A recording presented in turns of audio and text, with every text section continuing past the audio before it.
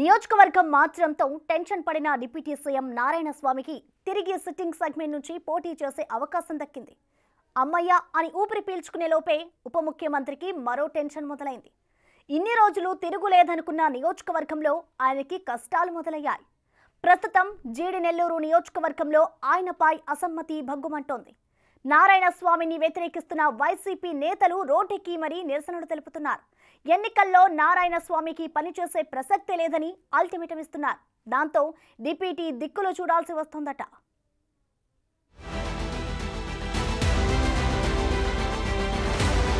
నారాయణస్వామి వద్దు, జగనన్నే ముద్దు. Deputy CM Narayanaswamy CM Jagan కి వీర విధేయులు.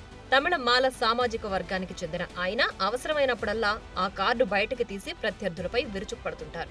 ఆయన నోటికి విపక్షాలే కాదు, వైసీపీ నేతలే భయపడతారన్న టాక్ ఉంది. టీడీపీ అధినేత చంద్రబాబు నాయుడుతో పాటు కమ్మ సామాజిక వర్గంపై ఒంటికాలితో లెగుస్తుంటారు.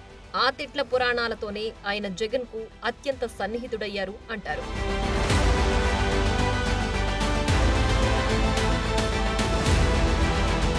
అలాంటి నారాయణస్వామిని కూడా ముందు చిత్తూరు ఎంపీ అభ్యర్థిగా ప్రకటించింది వైసీపీ. అయితే తాను ప్రాతినిధ్యం వహిస్తున్న జీడి నెల్లూరు సెగ్మెంట్ ని వదలడానికి ఆయన ఇష్టపడలేదు. ఆ అసంతృప్తితో డిప్యూటీ సీఎం పార్టీకి రివర్స్ అయి విమర్శలు మొదలుపెడితే లేనిపోని తలనొప్పిని భయపడ్డారో ఏమో కానీ రోజుల వ్యవధిలోనే ఆయన్ని తిరిగి జీడి నెల్లూరుకి మార్చేశారు.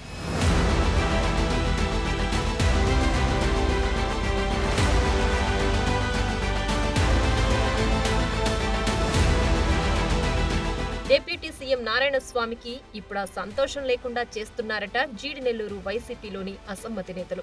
మంత్రిగా ఆయన వ్యవహరిస్తున్న తీరుతో సొంత పార్టీలోనే తీవ్ర అసమ్మతి కనిపిస్తోంది. ముఖ్యంగా మాజీ ఎంపీ జ్ఞానేంద్ర రెడ్డి వర్గం ఆయన్ని తీవ్రంగా వ్యతిరేకిస్తుంది. దీనికి తోడు నియోజకవర్గంలోని పెనుమూరు, జీడి నెల్లూరు, పాలసముద్రం, కార్వేటి నగరం, వెదురుకుప్పం మండలాలలో ఆయనకు వ్యతిరేకంగా వర్గాలు తయారయ్యాయి.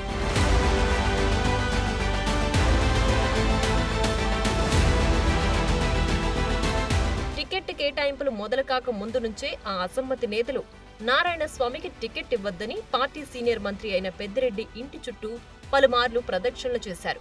మాజీ మంత్రి కుతూహలమ్మ సమీప బంధువు అయిన నూకుతోటి రాజేష్ కు జీడి నెల్లూరు నుంచి అవకాశం ఇవ్వాలని కోరారు. అయితే రాజేష్ ను సత్యవేడి అభ్యర్థిగా ప్రకటించిన వైసీపీ నారాయణస్వామికి తిరిగి జీడి నెల్లూరు సమన్వయ బాధ్యతలు కట్టబెట్టింది. దీంతో అసమ్మతి సెగలు మళ్లీ రాజుకుంటూ గట్టిగానే తాకుతున్నాయట ఉప ముఖ్యమంత్రికి. ఈరోజు ఒక డిప్యూటీ సీఎం అయినప్పుడు ఆయన ప్రవర్తన వేరే.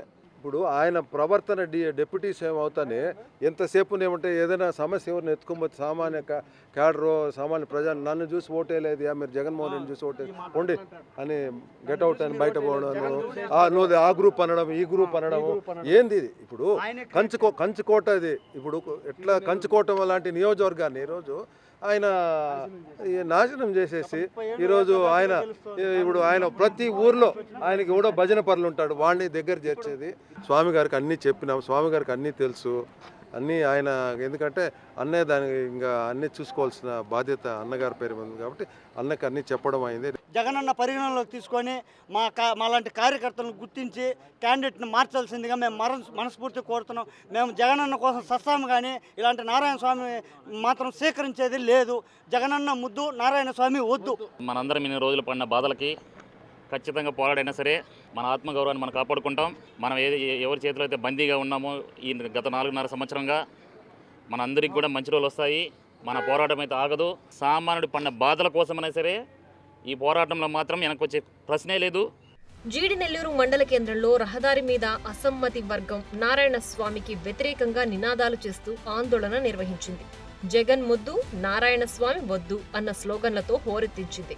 నారాయణస్వామి వల్ల తాము ఆర్థికంగా దెబ్బతినడమే కాకుండా పార్టీ కూడా తీవ్రంగా నష్టపోయిందని అసమ్మతి నేతలు ఆగ్రహం వ్యక్తం చేస్తున్నారు. వచ్చే ఎన్నికల్లో ఎట్టి పరిస్థితుల్లోనూ నారాయణస్వామికి సహకరించే ప్రసక్తే లేదని తేల్చి చెప్తున్నారు. ఆ ఎఫెక్ట్తో టికెట్ ఖరారైందన్న ఆనందం లేకుండా పోయిందట డెప్యూటీకి. మరి ఈ కష్టాలను ఆయన ఎలా గట్టెక్కుతారో చూడాలి.